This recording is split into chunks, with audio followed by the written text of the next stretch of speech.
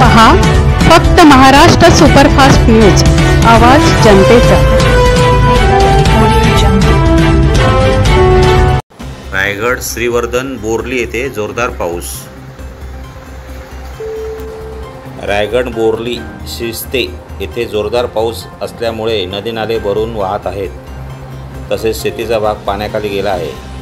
रस्त्यावरील वाहतूक पूर्ण बंद आहे, त्यामुळे शाळेतील मुलांचे हाल होत आहेत। या रस्त्याची उंची वाढवावी अशी वाहन चालक व रहिवासी यांची मागणी आहे।